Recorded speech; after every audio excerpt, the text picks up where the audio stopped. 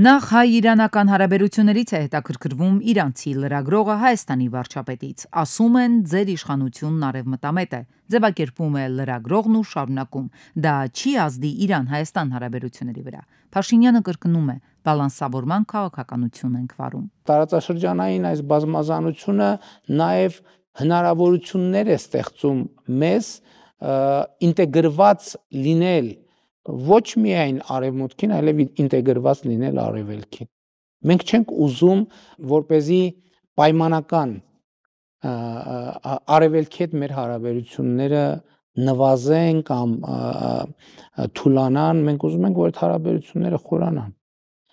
Եվ այս առումով Իրանի Իսլամական Հանրապետության հետ մեր հարաբերությունները շատ կարևոր են։ Այս դեպքում, եթե արևմտյան երկրներից որևէ սպառնալիք լինի Իրանի դեմ, ինչ կանի Հայաստանը, ինչ գործողություններ կձեռնարկի։ Փաշինյանը պատասխանում է. Հայաստանը չի ներգրավվի այդ գործողությունների մեջ։ Հետո իրենց վաղեմի թշնամու հետ մեր ռազմավարական համագործակցությունն է հիշեցնում Փաշինյանին զրուցակիցը։ Դառը փորձ կա, Հայաստանում վստահ են, որ այն իրականություն կդառնա, կկիրառվի։ Որ վարչակազմի հետ հարաբերություններում ադապտացման փուլ է բոլոր երկրների համար եւ այդ ադապտացման փուլը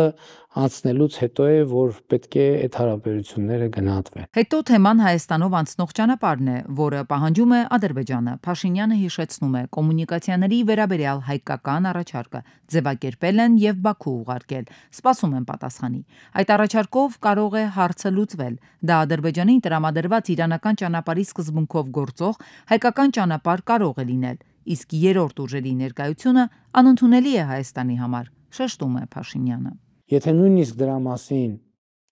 որոշ պնդումներ կան, այդ պնդումները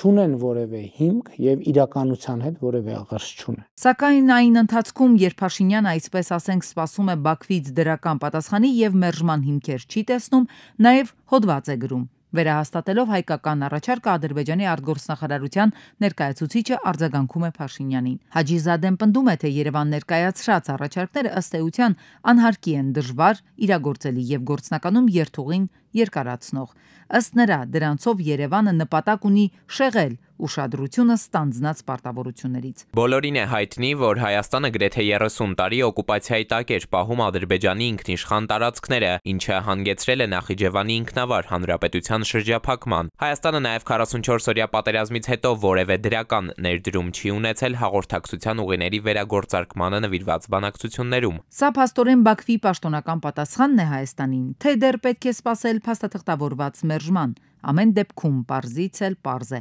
հայկական առաջարկը դարձյալ ադրբեջանական սպասելիքները չի արդարացնում։ Ալիևը մեր հայկական տարածքով ճանապարհ է ուզում, առանց հայկական որևէ միջամտության։